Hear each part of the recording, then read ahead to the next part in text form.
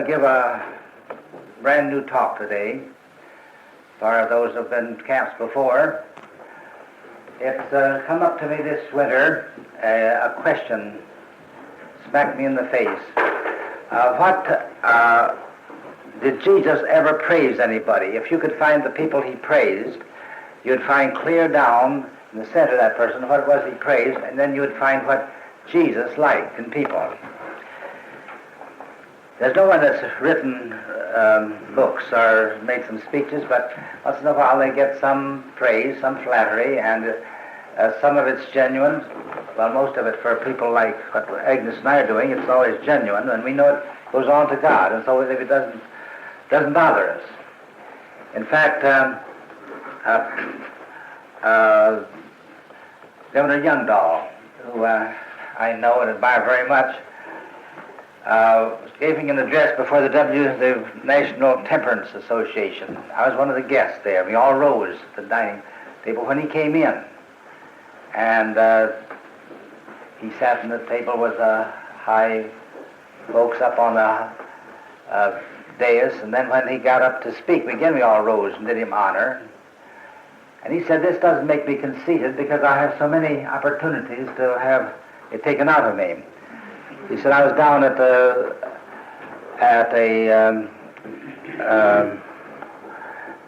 hospital for the mentally unbalanced, and one of the inmates asked me who I was, and I said, "I'm Youngdahl, the governor of the state." And he said, "That won't bother you very long if you stay here. I thought I was Napoleon when I came down here."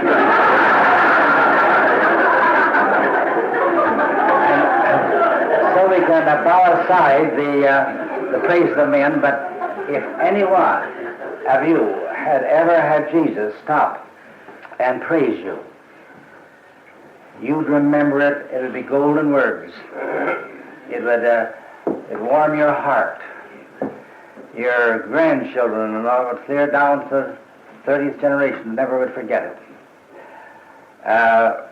That widow that he praised, that put in her mite, I think that Douglas ought to write a novel about her. When she went home, I know things must have happened.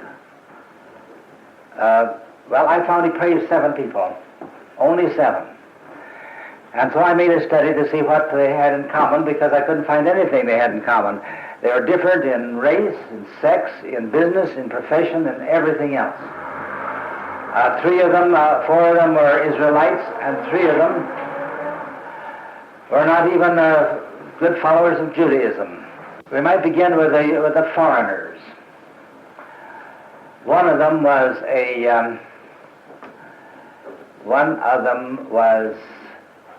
a half-breed. She wasn't even a full-bred foreigner. She was half Syrian and half Phoenician. Jesus must have been plagued by those folks. They'd come around and say, "Presto, work some of your magic and heal this son of mine and do this," and so on. Now, some of them were not only half-breeds, but in those days, but they were in religion also. You notice in the Old Testament the care was taken not to intermarry because they'd fall into the false religion of that other race. And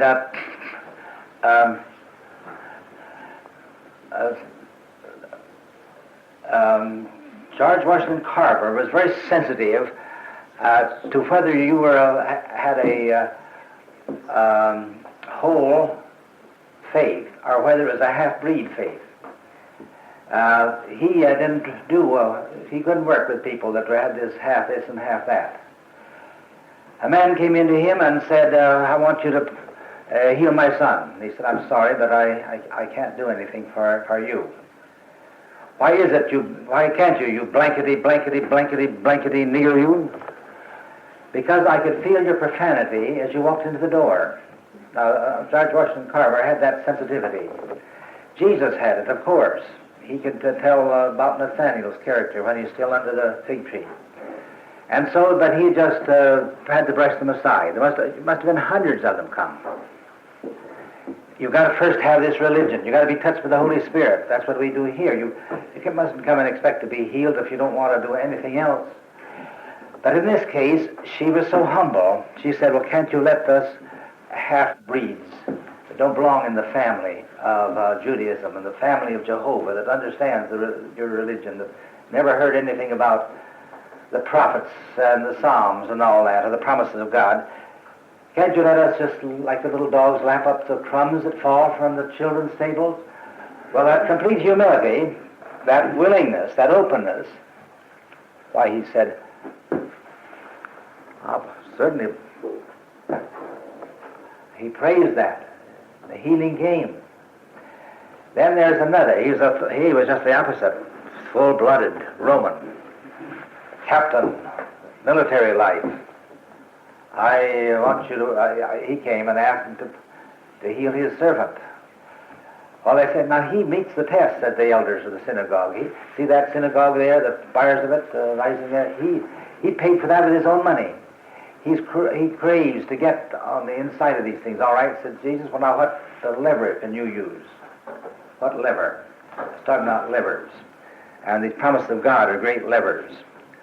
I don't have any lever that I can take hold of, that twig that I can take hold of. There's only one thing.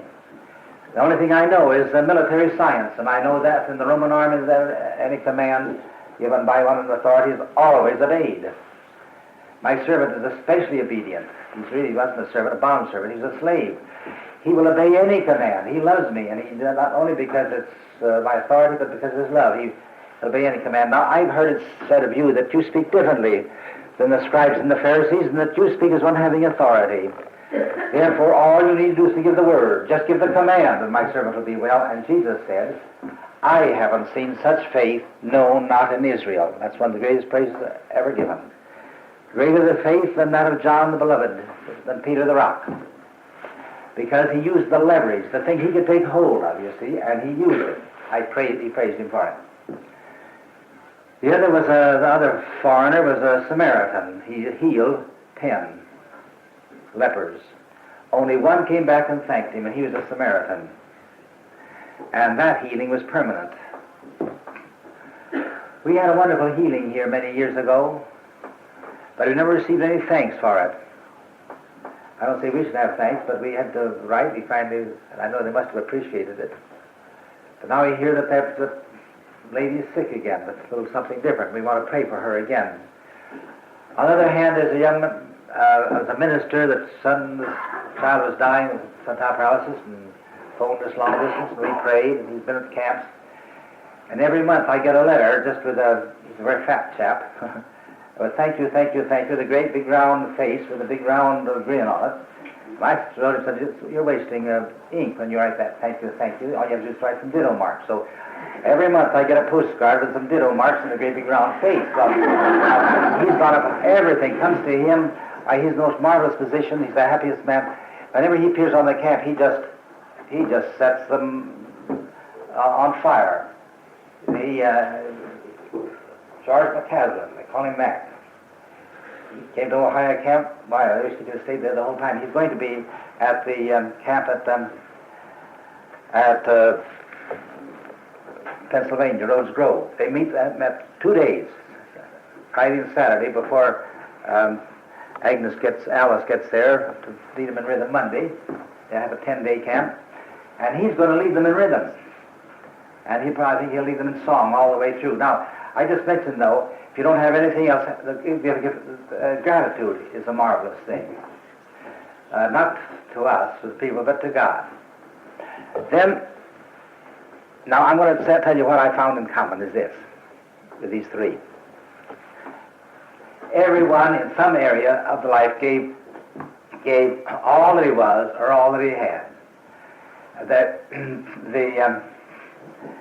the Syrophoenician woman gave all of her pride, all of it. I'm willing to get down on my knees and eat these crumbs. The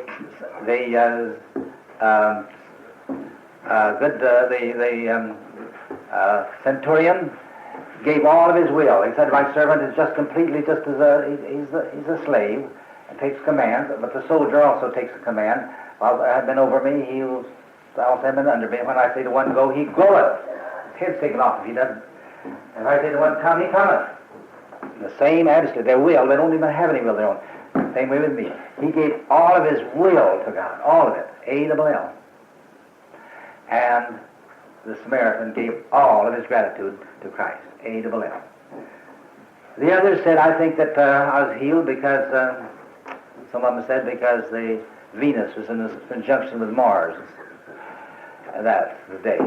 Others said, I think I got well because I took a pill this morning. And others said like this. But he came and gave all. Therefore, Mrs. Russell, the accompanist of Mrs. Of Alice Craft, was operated on. It could have been easily fatal if it, because but that they formed, they could not really understand how it happened. Nature had formed a little wall around where the appendix had burst, and so there was no gangrene, nothing at all, no drainage necessary. Well, should she thank the doctors? Of course she would, probably. She's grateful. She'll thank them not only that, but with her pocketbook, with her words. But she can thank the Lord, but you see, really, and for sending her the doctors, and sending it, and for using the doctors. Give the Lord all the praise. Now let's see the others. Here was the widow. Gave all of her money. A-double-L. Here is John the Baptist. Gave all of his body. All of it. Did he wear soft raiment? Did he take any care of that body? No, he just rough, all the rough use you want to do of that outer body. Did he pamper his inner body with all the dainty foods? No, he just locusts and wild honey. Did he protect his body? Did he do anything to save his neck? No, he just stick his neck out and let him cut it off. In other words, he gave his body completely. However, you give all your body. There's some Gerald Hurd, Rufus Mosley, come closer to giving all their body than some of us. They don't eat meat. Rufus Mosley eats wild peanuts instead of wild locusts. He's another John the Baptist, but he raw peanuts and raisins, things like that. However, it could be a little more spiritual maybe if he did do all those things, but it makes it very inconvenient for our hosts as we travel around the country to do that, and therefore I think it's a little more Christ-like not to go too far that way. And Jesus himself said that when he said, of those that are born of women, no one's greater than John the Baptist, but the least that's in the kingdom of heaven is greater than he. In other words, that isn't just the kingdom way, that's an assistant way. That helps. It's out there, a vestibule, but there's a deeper way. So let's look at these deeper ways. Now we come to them, the last two. Peter and Mary of Bethany. Peter gave all of his mind to God, every bit of it. How do we know? Why, he had that experience when Jesus asked them who they thought he was. Philip said, some think you're John the Baptist come back. And Andrew said, some think that you're Jeremiah. And Matthew said, well, some think that you're Elijah.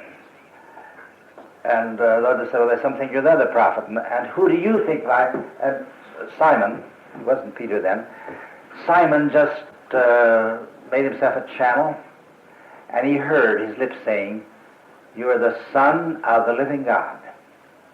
And he said, flesh and blood hath not revealed this unto you, Simon Bar-Jonah, but the Father that is in heaven. I'm going to change your name to Rock. In those days, the mountains that were made of rock formed reservoirs and channels by which the water could safely run down. If those sandy mountains that just soaked in, and the Rocky Mountains, the mountains of sandstone north of in the northern part of Judea, was the reason why the Jordan is the one river in that area that never goes dry. They didn't have pipings like we have now. The Romans had some of it, but not the Israelites. The channels were rock. I'm going to make this clear. For Jesus said, in my opinion, just as clear as if he had just written it on granite.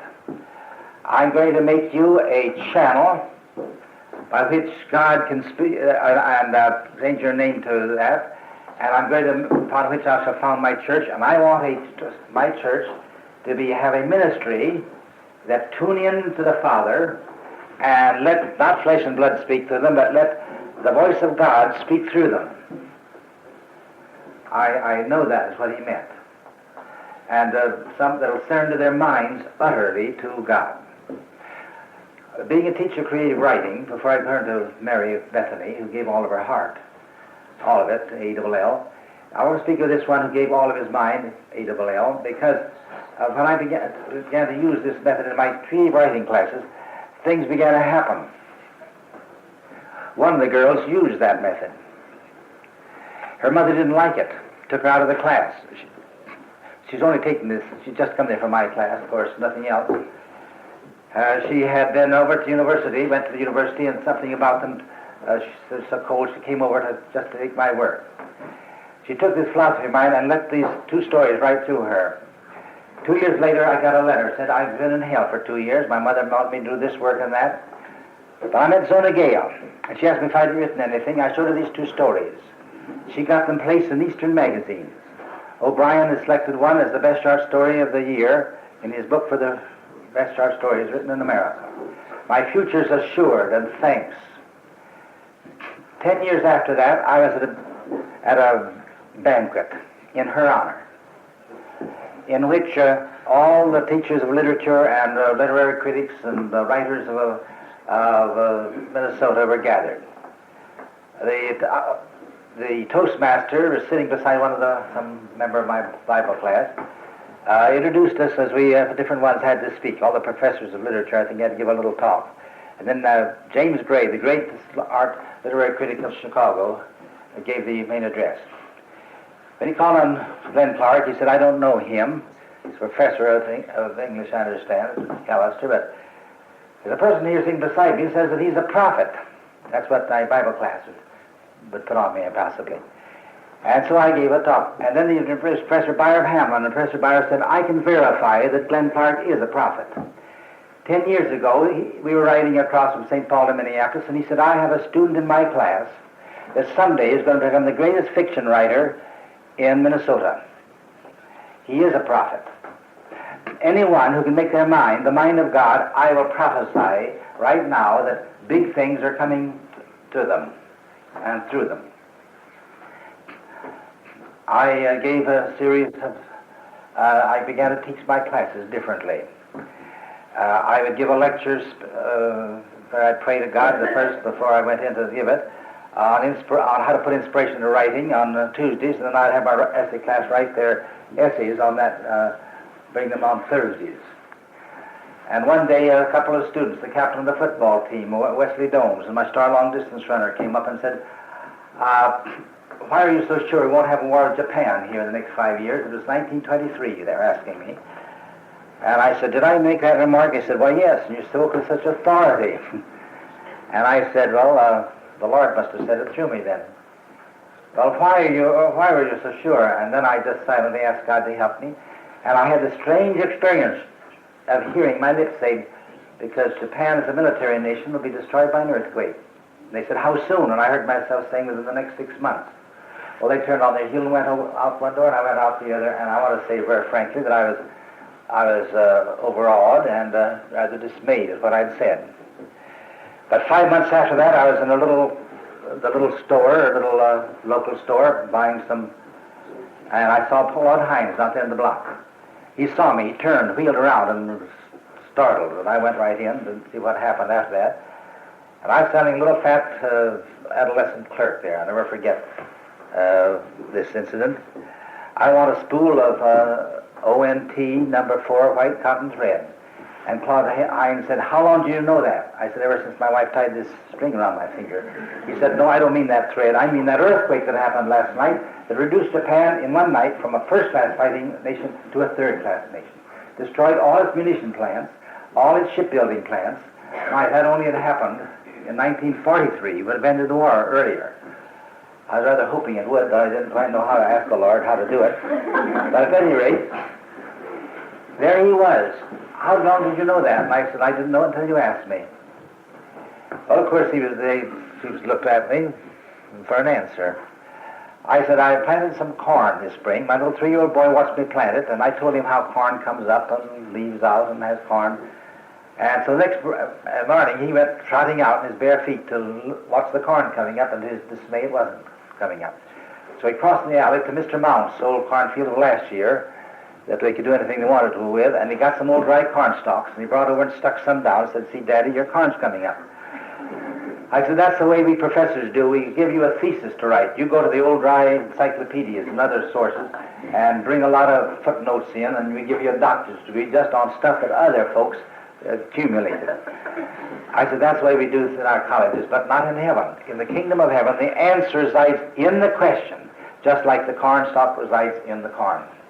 And you asked me a question. I turned to God, and I was more surprised than you were.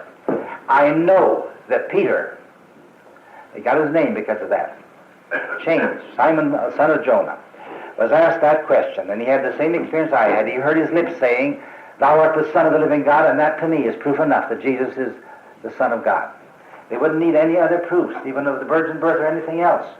I don't even want people, modernists or anything else, they can debate all they want, but I got proof, because I've had an experience in my own life, and I know that Peter had it. And his name was changed to that, and I know that is what, when I tell young ministers, I tell them in preparing their sermons, I said, spend 16 hours a week, if you've got the time, on that morning sermon. Dr. Body used to spend 16 hours a week on that morning sermon, and he became the greatest pulpit orator of the Northwest. But he used to come over to my home, and he would kneel down. He said, "I want you to put something, as Christ put something else on me." He said, "The reason I changed from my church in Chicago to come up here is because I wanted to be up here where you and your Camps Farthest Out people could help me." And he selected the Camps Farthest Out girl to be his chief secretary, and I want to say power flowed through him. Flowed through him with wonderful power. But he would put 16 hours.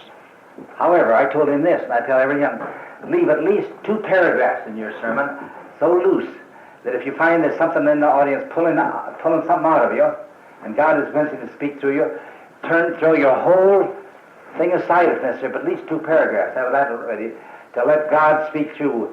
If you come to us with a memorized speech, you're limiting yourself. Frank Laubach came the first year with memorized talks. He spent an hour in preparation for the Camp Farthest Out. The next year, he said, "Now I know what you people mean here, that God can speak through you, because I came here, the prepared address, and I just found it fading away, and I found God was speaking through me even as I was speaking. I spoke on the imagination the other day without any preparation. It's a brand new idea, and I think in some ways the best talk I've given here. It's recorded down. I'm so glad you recorded it, because I'd like to remember it myself." Now,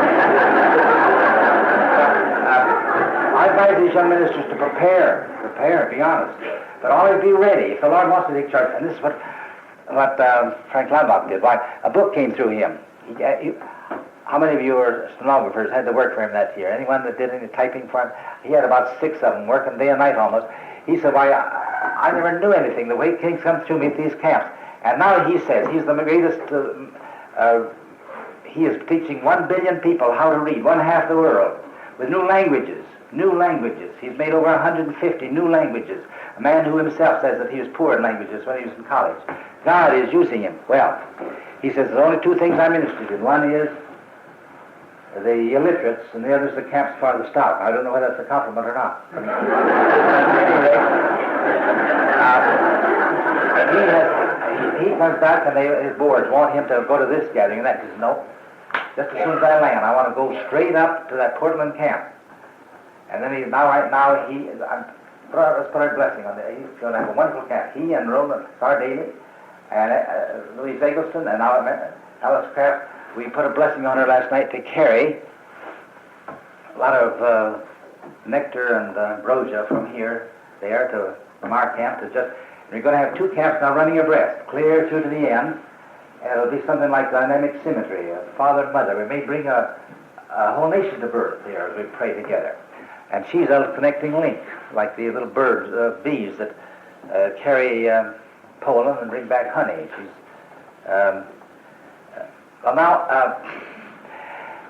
here is the mind, utterly surrendered. You see, Peter met that test, but he didn't meet the test that Mary met.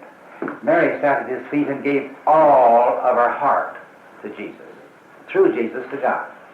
A-double-L. And I feel in some ways that she is more responsible for the spread of Christianity than any of the 12 disciples. Paul may have, he put it into words, and he put that marvelous message in love in the 13th Corinthians. However, this is what she did. She gathered all the people of the world together into her heart, and she gave them to Jesus to give to the Father. And I think that is more precious than anything, even than Peter, than speaking golden words from heaven meant. Peter didn't give all of his heart because he denied him 3 times. 3 times he denied him. And Jesus looked upon him with disappointment, and it broke Peter's heart. It broke his heart. He said, if I ever see him again, if I ever have a chance, I'm going to give my whole heart to him.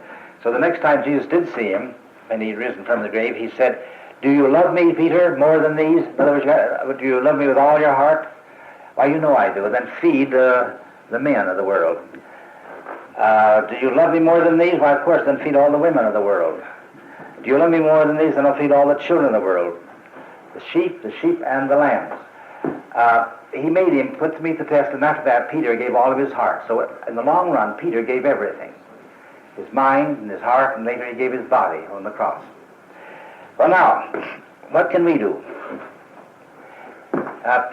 Let's roll up our sleeves and get busy. By the way, if you don't mind, I'll take my coat off anyway. But let's give all of ourselves to God.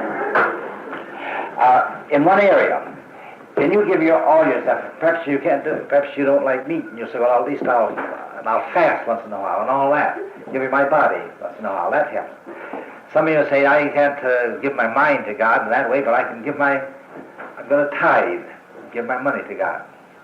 And some can say, I can't give my mind to God, but I can give my heart to God. I'm just going to love him with all my heart and soul. There's a man sitting down there that gives all of his heart to the Lord, and when you give all, power comes through you. Magic comes through you.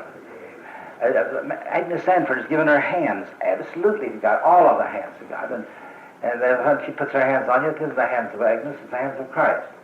But if there's 99%, it doesn't work. A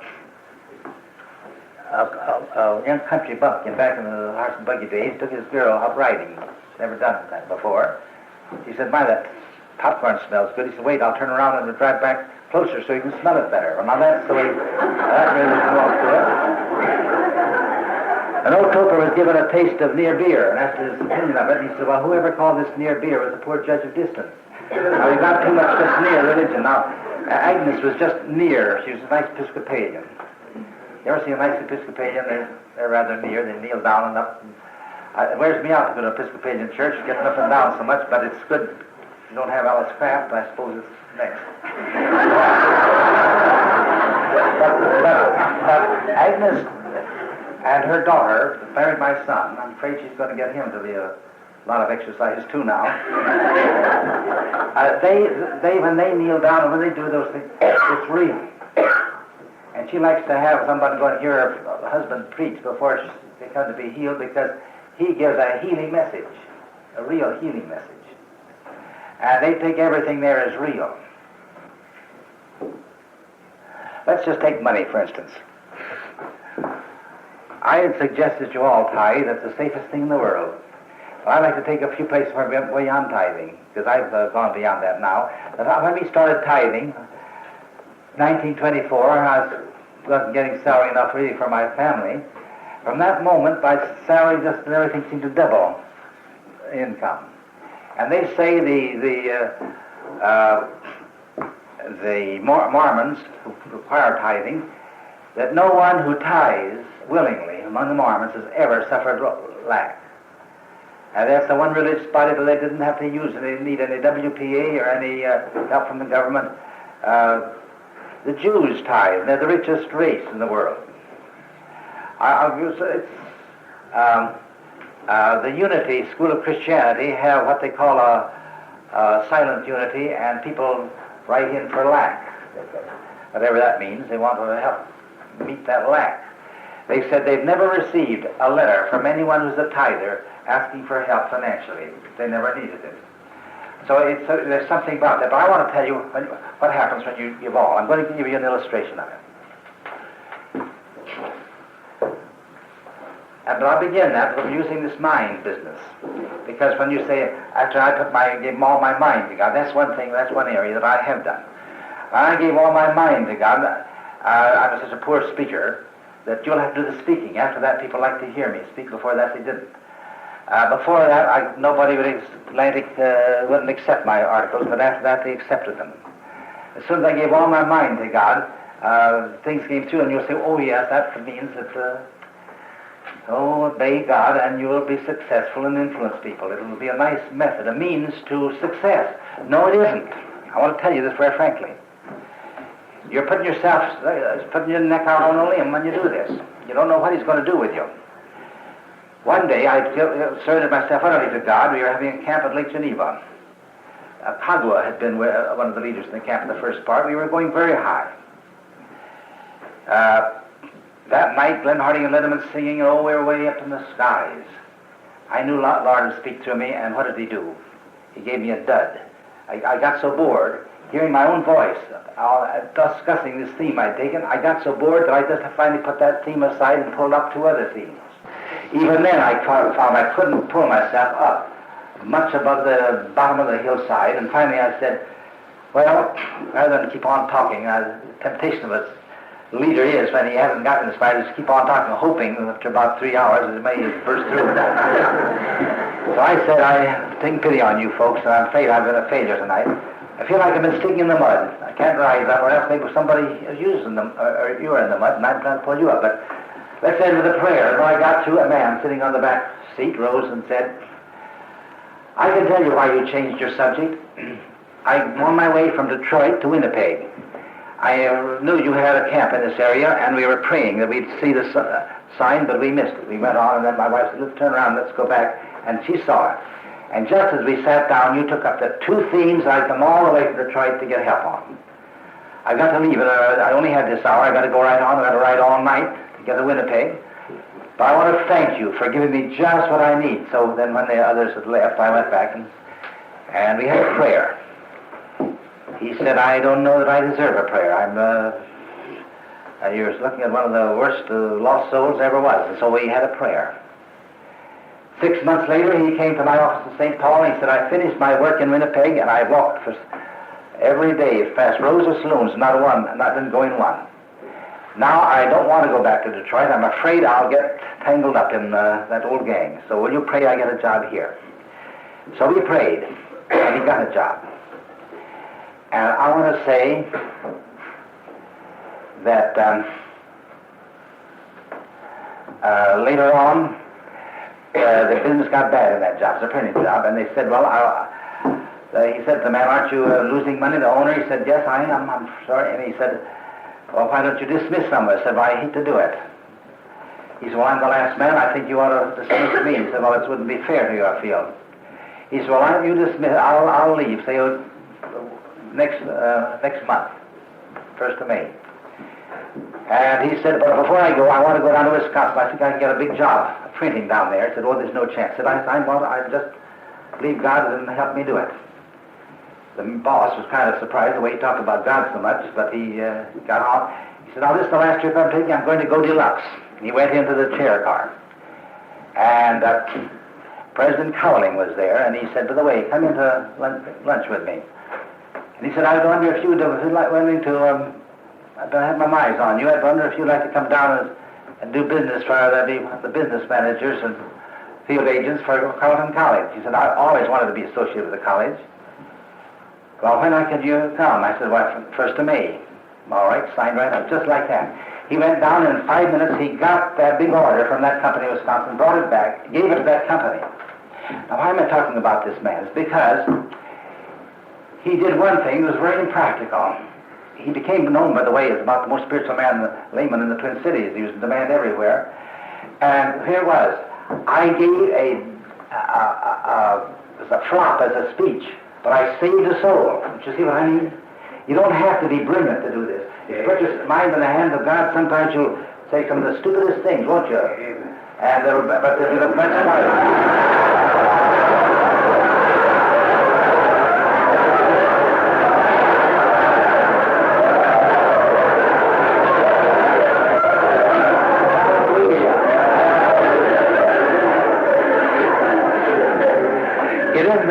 you see, it's the fact that God did it. Well, here he set up in Winnipeg. They will bring together the most famous spiritual leaders of Canada, hire a hall. It'll cost them up to $2,000 perhaps. Then they sell tickets, and people just flood in, and they not only pay all that, but they have a lot of money left over for the council churches. He said, I'm going to gather together just the pick, most famous, most greatest spiritual leaders of America, have them come here, just one for the afternoon, one for the evening. Going to hire the Lyceum at $100 a night, and pay $200 to each man, and so on. Well, he brought Bishop Hughes, Gaius Van Atkins, the teachers of the preacher's preacher. The preacher sat at his feet, and from all over, bishops and everything, all over the country. And he said, now I want you to invite Dr. Carver. Oh, I said, he's very frail, but he said, you invite him. So I invited him. He said he'd be glad to come if his health would permit. Do you know what happened? He got an expensive advertisement. Things would have cost about $3,000. Nobody bought any tickets excepting for Dr. Carver at one night. 2,000 people come out. We're going to be $1,200 or $1,500 in debt, $1,200 in debt. And if he didn't come, we'd be $3,000 in debt. And then a letter came saying, I fainted on the way to the hospital. The doctor says I can't come. I wrote a letter. I relinquished it. I followed the philosophy of prayer. I wrote saying, I reached you the day that unless it rained, I couldn't see you because you infantile callus victims were to come unless it rained. And it rained. And so I saw you. Now you can't come, but the Lord, if he sent rain there, he could send a rain of health upon you if necessary. We'll leave it in his hands. If he wants you to come, he'll send a rain of health. Otherwise, it's perfectly all right not to come. And I can see $3,000 vanishing away. Now, Harvey Hill didn't have any money, the one to start this. Entirely on faith. He asked me to get a group of 7 people, Camps Farthest Out, to pray. Just to underwrite it with prayer. So, not in money, but with prayer. So we were praying, and I was writing this letter. One morning at 4 o'clock in the morning, I bounced out of bed with joy in my heart. Didn't know why. I danced around the room, all of Alice Craft's, every one of them. Then I sat down and wrote a poem or something, Didn't know why I was happy, but I got a telegram. After breakfast, the Lord told me at 4 o'clock this morning if I can come, I'll be there, whether the doctor says so or not. Dr. Carver arrived. We went over there and we crossed the city. He's carrying a little white flower, and he said, little flowers talk to me and they never tell lies. And this flower is saying that, this is 1937, wasn't it? And this little flower is saying that a great spiritual awakening is coming to America through you and people associated with you. Through you. Through the camps. I happen to be associated with all the spiritual leaders of America, so it doesn't mean me, but there's awakening coming because that and it's going to come in the next 3 years. We're going to see something tremendous happening. I think it's pretty nearly right. Well, why am I telling all this? I tell about this in the little, in the man that talks to the flowers.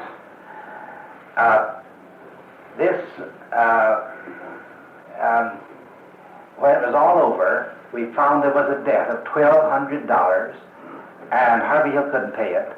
And the council of churches called me up and said, are they going to expect us to underwrite this? He promised to give us the money if there was any surplus. But the way the council of churches and the ministers hadn't raised their little finger to help it. Nobody had helped it at all. But now, and I said, no, indeed, you're not supposed to pay for it, but who was? Now, I believe in the integrity of money. I have been hurt more by spiritual folks than Camp Farthest Outers, and go out and say, I'm a Camp Farthest Outer, who refuse to pay their debts. I went out to California, one of the most sterling young men that just believes this so thoroughly, and I went to one of his groups, and I thought he'd borrow $500 from this, $1,000 from that, and he could easily pay it. He wouldn't get a job, but he just wants to be pious and go around religious worker. And we got it, and why they're as cold as this, much say, oh yes, that philosophy doesn't work, because here's a man that believes it works. He just thinks it'll build money out of the sky, and he just borrows money and never pays it back. I want to say, begin right down there. Give all your money to God. That doesn't mean give it all away to the poor, to the missionaries, and then fail to pay your butcher. Pay your butcher, and then do that. My wife and I went without an automobile till I was 50 years of age. I could tell the time we got it from the children were little. We kept it for 3 years, then we gave it as a gift to a minister because he needed it more than we did. But I want to say this. I believe in living like Gandhi with a goat. And spinning your spinning wheel, make your own clothes. Begin right there. Well, I said to those 7 folks, I believe we should pay for this. I'm going to give $300 out of my own little professor's salary, and I'm going to give a check of $250 from the Koronis Camp Fund, because our fund for scholarships. Mr. Wheaton said, I'll give $100. Mr. Andrews said he'd give $100. And we raised the money right there and paid it off. I wrote out this check for $300 and went back to my college, and as I went in, Mr. Bigelow of the Board of Trustees, a millionaire, came walking out. He's over 6 feet, and he bows more to himself backwards than to you forward. I'm really hold him in a very high esteem, but he is very dignified, and he gave out a Cheshire smile on his face.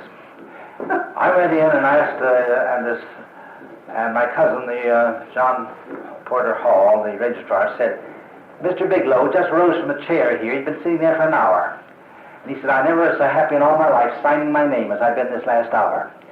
I went to my post office box and pulled out a check for $300, a gift from Mr. Bigelow. The same yellow things were sticking out of all the other professors' box. Every one of them got a $300 gift from him. And what impelled him? As I wrote that check of $300, it opened up a sluice gate, not only for me, but wait till I finish. I went home. A Camps Farthest Out, a lawyer, came up to my door. He said, my wife, my aunt, Mrs. Pomeroy. How many of you remember Mrs. Pomeroy? Let's see the hands. She always had a room here.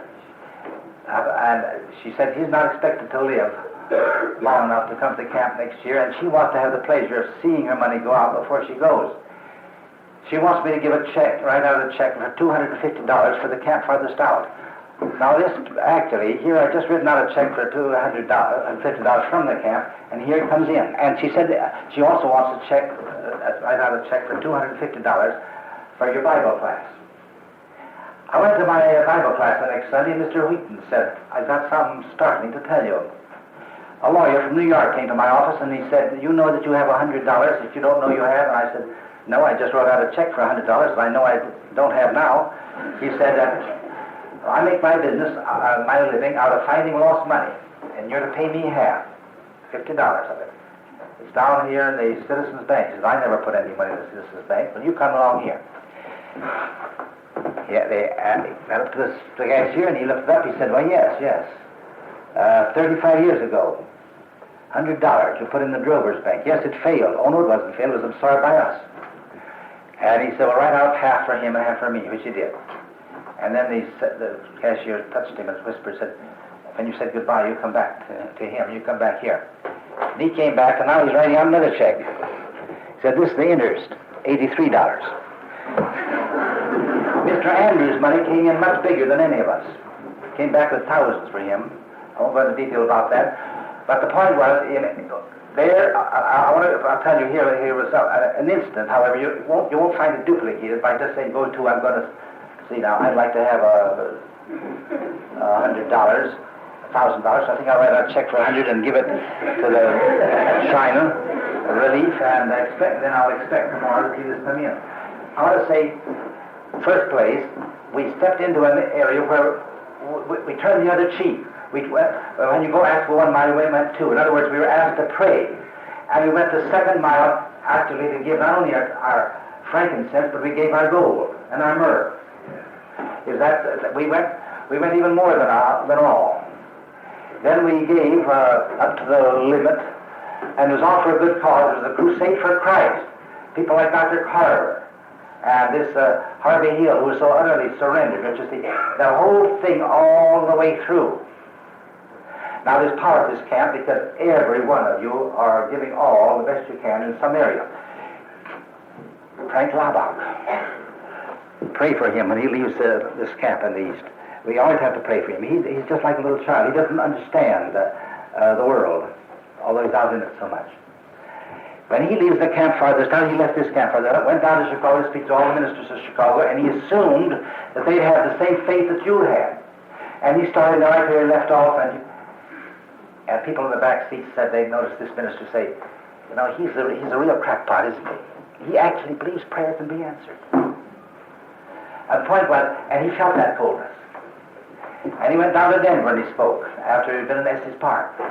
And he just pounded the table, he got so mad. And the table just split into 1,000 pieces. Frank Laubach, you have to kind of watch him. When he leaves the Camp Farthest Out, he just is so eager for the world to go right on where we're... But let me tell you, that little group of 7 people, there was a little group, we went all the way and everything worked. Well, at the time of the college, the president told me we had $250 for the track team this year, and I knew Carlton, all the other colleges had $2,000. I told my business manager to, instead of arranging the schedule, I'll write to the other colleges and have him, who's very mechanical, look after the hurdles and fix up things that way and save money. And then I wrote for trips. And you know what happened that year? I put it utterly in God's hand, the whole team. Everywhere we went, North Dakota University, Gustavus Adolphus, and then North College, Aggies, and every one of them, they granted us big, a good-sized underwriting for our expenses. And then in 2 of the cases, the railroad man came out and said, we're going to grant something unusual, a half fare for your team. One of them did. And the other just happened that particular day as a half fare. And then the coach of Minnesota called out and said, the Rock Island line is sore with me because I never use the Rock Island line when you go to the Drake Relays. And I said, it takes 2 hours longer. And the attorney, there's a pal of mine, said, well, I'll arrange for them for a private car if you'll take your team, in which you can take your men a round trip for $5 instead of $25. But I have several, I've got to fill it, and I've got room for 2 more teams. That is 8 men, 2 teams of 4 men each. And I've been trying to get the Carlton coach, but he's sore with me and he won't even answer. So I'll give them to you if you want them.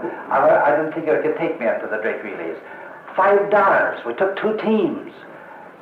When the season ended, we had taken our men on more trips, $3,000 worth of trips, and other colleges spending out their $2,000. And then when they gave me the $250, I said, just take that back and write out a check for $25. $25 will cover all the expense of the McAllister College team this year, because I went out all to God, every. But supposing we do this in any way where you can give all. Dr. Carver said, give all to the Father. He'd go in and say, dear Mr. Creator, what's the universe made for? That's too big a question for a little man. Well, what was man made for? That's still too big. You increase the intent and decrease the extent of your question. Well, dear Mr. Creator, what was the little peanut made for? Well, now you're down around your size. What did you like to know about the peanut? I'd like to make milk out of the peanut, dear Mr. Creator. Do you like to make Jersey cow milk or plain boarding house milk? I'd like to make Jersey cow milk. And then I'll this discovery, this discovery, this discovery, this discovery. People can't understand it, but it is his simple way of putting his mind utterly, 100% in the hands of God. I know as a mediocre man couldn't get stuff accepted 20 years ago. I put my mind to God, and they say the story of my life is coming out this fall is the best thing I ever wrote. It's a thrilling thing. I really urge you to get that, because that will have some of these talks in there, right in the setting, right where the things happen.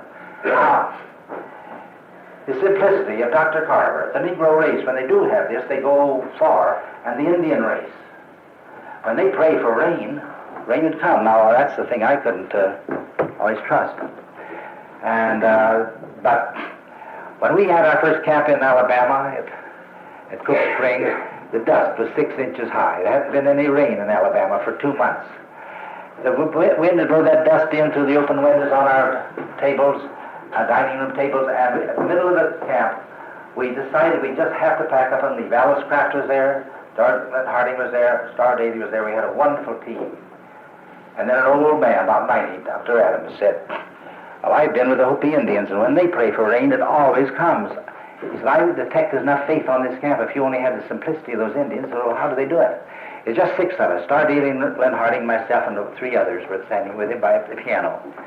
He said, well, just sing this. It's a little chant. Send down rain, send down rain, send down Jehovah rain. Send down rain on thirsty land, send down Jehovah rain. And he gave us the tune. Glenn Harding picked down the piano. I'll sing it softly. We sang it. I'll sing it louder. Now sing it still louder. Now sing it softer. Now still softer. Now you continue playing, Glenn, and just let it sing in your subconscious. The bell rang for lunch. Now go to lunch, he said, and there's just 2 rules to follow. Don't tell anyone, and don't look for clouds.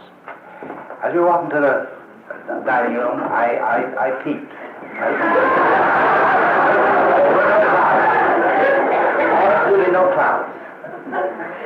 The Lord forgive me. No clouds. We went in and sat down and began to sprinkle. The rain came down, not right away, before we got through.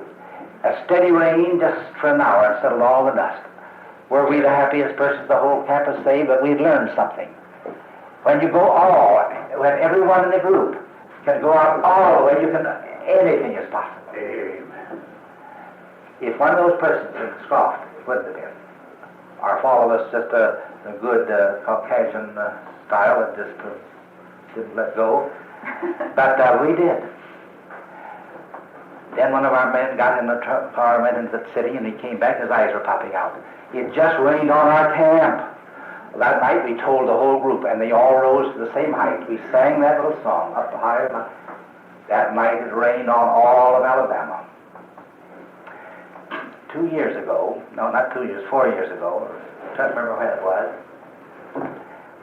we were having a broadcast, and just as we were finishing it, a sound like a mighty wind. It wasn't a sound stirring. How many of you remember that day? All you. It suddenly began right over here at this ground. It seemed just a whooping wind, just swept. It just almost blew us off that hill. Never had anything come up like that. It was a real Pentecost. More than Pentecost. Pentecost just said the sound like a gentle wind, but I tell you, this was the gentle wind. It was not a gentle wind, but a mighty wind. We went and the waves got up, so it would not be safe to come back. We went down there on the first level. In the dark, I noticed 25 young people, were all kneeling with their heads in the center. I wandered around. One boat tried to get off, and I was responsible. Children and mothers and all. And after a while, about 10 minutes, 15 minutes later, came back, and here was that group. And they hadn't moved. And then all of a sudden, the wind stopped. The waves got as still as that. I know those young people, the faith, greater than the faith of the Hopi Indians, had still there. Absolutely. I know that if you could do all the way out. Alice Keller said, I want to see a lion. About the only way she could see it, was with her hands. Well, even the lion tamer said that wouldn't be safe, but she insisted, so they better go in. And of course, the trainer was out there with his gun to shoot the lion, but the lion didn't do anything but just purr. She just felt his teeth clear along, and then the tail. A little brush, just like a fuller brush, isn't it? She told them all about it. Well, Agnes Sanford's brother, Mr. White, an employer of men, one of the finest men I know, was walking through a pasture, and he didn't realize there's a wild bull there, and it came down upon him, and there's absolutely no hope, no escape at all. And he stepped all the way out. He said, you're God's bull, and I'm God's man. You can't hurt me. And took away all his fear, and nothing but love, and the bull just paused around, and I don't think about it. We're picking the flowers and traveled around behind him and gave them to him as he left. But this is true. This is actually true. No one is safe in that pasture, but that brother of hers could walk through that after that bull would just come up even to be petted on it. It just senses the man who, Larry, what's his name, that trains the wild animals for the movies, loves them. He goes and lives with them. They brought out a pack of wild wolves to be in the play of The Call of the Wild, and he had them locate them away from the haunts of men, so they couldn't smell human beings. He went out and he lived with them. He fed them. He loved them. They'd come to expect him to feed them. As he got them to love, he could make them do anything, absolutely anything. Now, I'm getting out of my area. I don't know about stopping the winds and weather and the wild animals. But I do know this. that if every one of us here had absolute faith that everybody on this ground that was sick could just see him as well as that word A-double-L? But let's go down to the heart. Give all of your heart, all of it. I can't tell you what that means. There's an old lady that got a vision when, from the other world. She said that someone that died came to her and said that you're someday going to be associated with somebody who's going to be a spiritual leader in America. And she herself had a Hull House, almost as famous as Jane Addams. Now she's retired. When I spoke in Chicago at Dr. Body's church, she felt impelled to come up and rent a little house on the side of the road to have a room for me to meet people above the gate. And she was one to help start this first Camps Farthest Out. She said, now I want to just do everything I can to help you in your work, and I don't know where to spend my vacation. I said, I'm going to Ohio to speak to 400 Methodist ministers for a week at Lakeside, Ohio, and they never heard me, and I always find when I first speak that it's like throwing a ball out and hits the ball and bounces back, and I don't get any response. If you would, she said, I just thought often I'd love to spend a vacation at Lakeside, and I'll be glad to be there. I said, well, if you sit in the back seat, just take those people up in your heart, give them to me. I want to say that I don't know of anything that just banged through like that in the very beginning. And at the end, they all rose. They said, we don't want to thank Mr. Clark. This is 20 years ago. But we feel that the only way to show any would be to sing more love to thee, O Lord, and not let our faith and so on. A same of faith. 400 of them. And I know that Mary helped Jesus. And I'm going to tell you where you can help your ministers. After our Bible class, my folks, and some of them say, now you've been having manna here. You've got something inspiring. Why are you going back to your church? Your ministry doesn't amount to much. Old Louise would say, well, we believe in supporting our church. We'd go back and we'd sit in the back seat. We'd get in late. The offering had been taken. And all the neighbors thought we were pretty smart coming in. All didn't know we had this class. But Louise would say, don't you notice that he's beginning right where you left off? And sure enough, way on, beyond me. One day, she was a little ahead of me, and the minister was shaking my wife's hand, said, I can't tell you, Mrs. Clark, how glad I am when I see you two come in. I can always speak so much better when you're here. If you only knew now, this is what you can do. When you go home and just love your ministry, there'll always be some folks that doesn't. There always is somebody that doesn't agree with anybody. If you just sit there and just love that minister and expect, what? Him to be a channel, and God will speak through him, God will speak. And you'll be as responsible as he will be.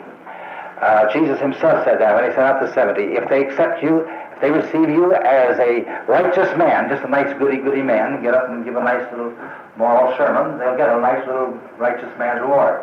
But if they accept you as a prophet, as a channel, like a rock, a channel for God to speak through you, they'll get a prophetic message from God himself.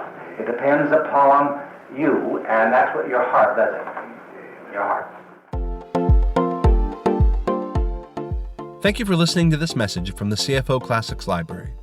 If you would like to listen to more messages from the library, please visit our website at cfoclassicslibrary.org. Or if you would like more information about the Camps Farthest Out or would like to find a camp near you, please visit their website at cfonorthamerica.org.